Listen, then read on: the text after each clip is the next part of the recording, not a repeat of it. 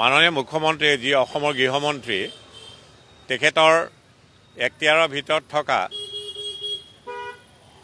এটা বিষয়বস্তু আৰু বিষয়বস্তুটো হৈছে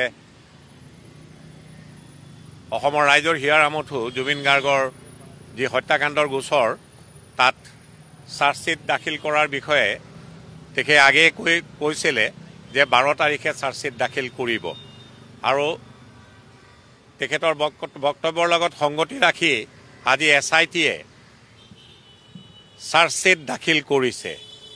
আপোনালোকৰ চতুৰ্থ স্তম্ভৰ জৰিয়তে আমি যি বাতৰি আহিছে আমাৰ হাতলৈ তাৰ পৰা এইটো কথা স্পষ্ট স্বচ্ছ আৰু নিকা যে 4জন ব্যক্তিৰ বিৰুদ্ধে যিসকল ব্যক্তি ইতিমধ্যে একিউজ হিচাপে তেখেতক গ্ৰেপ্তাৰ কৰা হৈছে আৰু তেখেতক 4জন ব্যক্তিৰ বিৰুদ্ধে 103 ধাৰা আৰোপ কৰিছে।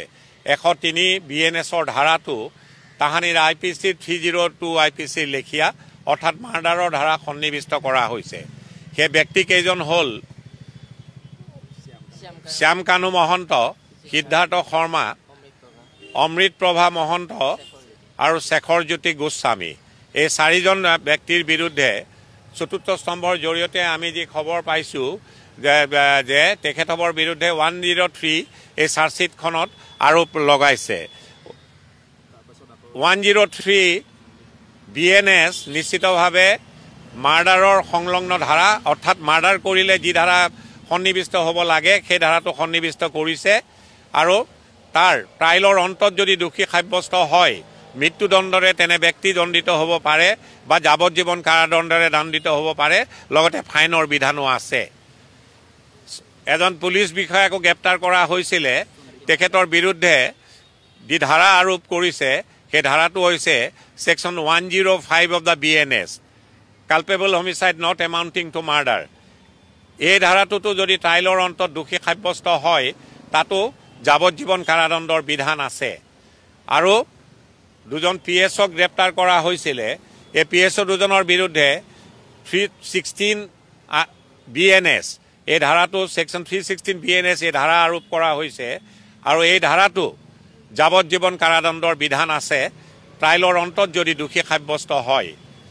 BNSSত 346 বোলা এটা ধাৰা লিপিবদ্ধ আকাৰত আছে।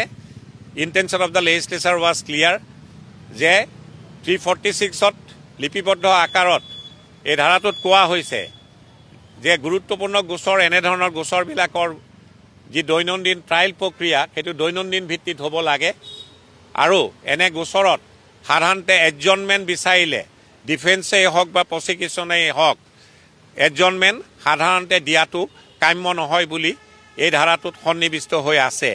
যিহেতু জুবিন গাৰ্গ অসমৰ ৰাইজৰ হিয়াৰ আমঠু, ভাৰতবৰ্ষৰ ৰাইজৰ হিয়াৰ আমঠু, আনকি তেখেত বিশ্বৰ দৰবাৰতো প্ৰতিষ্ঠিত হ'বলৈ সংগীতৰ জৰিয়তে সক্ষম হৈছিলে। আজি চাৰ্জশ্বিট দাখিল কৰিলে আৰু আৰক্ষীৰ আওতাৰ পৰা নিশ্চিতভাৱে আজিৰ তাৰিখৰ পৰা বিচাৰৰ প্ৰক্ৰিয়া আদালতমুখী হ'ল আৰু আদালতে নিশ্চিতভাৱে অসমৰ ৰাইজে যি জাষ্টিছ ফৰ জুবিন কৈ আহিছে নিশ্চিতভাৱে আইনে আদালতে তাক আইনৰ সুব্যৱহাৰৰ জৰিয়তে তাক দিবলৈ সক্ষম হ'ব বুলি আমি সকলো অসমৰ জনসাধাৰণ আশাবাদী। ইমানেই, ধন্যবাদ। চাওক, যিহেতু এই চাৰ্জশ্বিটখন অতি বৃহৎকায় ইয়াত নিশ্চিতভাৱে প্ৰতিজন ভাৰতীয় নাগৰিকে চাৰ্জশ্বিটৰ প্ৰতিলিপিৰ বাবে আবেদন কৰিব পাৰাততো কোনো বাধা থাকিব নোৱাৰে। খালি বিধান আছে যি বিধানৰ জৰিয়তে এই চাৰ্জশ্বিটৰ কপি ব্যক্তিয়ে বিচাৰিলে তেওঁক দিব পৰা যায় নে নাযায় তাৰ প্ৰতিলিপি এই বিধানত লিপিবদ্ধ আকাৰত আছে। Guwahati high court criminal rules and order তাত লিপিবদ্ধ আকাৰত আছে যে এজন ব্যক্তি তেওঁ যদি এই গোচৰটোৰ লগত কোনো সম্পৰ্কই নাই তেনেহ'লে তেওঁক কপি দিয়াৰ পৰা যি জুডিচিয়েল অফিচাৰৰ এখতিয়াৰৰ ভিতৰত এই কপি দিয়াৰ দায়িত্বটো আছে বা তেওঁ তাৰ তত্বাৱধান কৰে।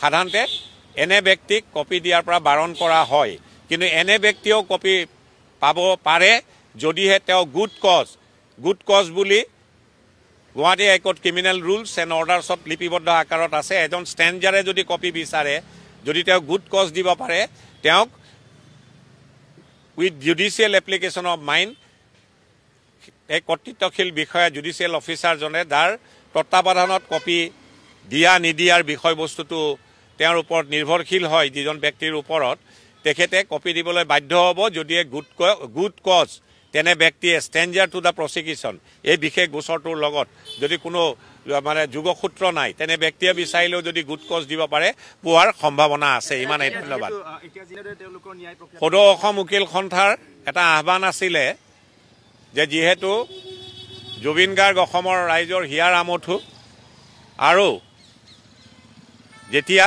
এই ঘটনাটো সংঘটিত হৈছিল তেতিয়া সদৌ অসম উকিল সন্থাই এটা আহ্বান দিছিলে যে এজন অধিবক্তাই ছ'চিয়েল ৰেছপঞ্চিবিলিটি আগত ৰাখিব লাগে আৰু পেছাগত যি responsibility that should take a back seat ইয়াতকৈ বেছি কোৱাটো মই সমীচীন নহ'ব ইমানেই ধন্যবাদ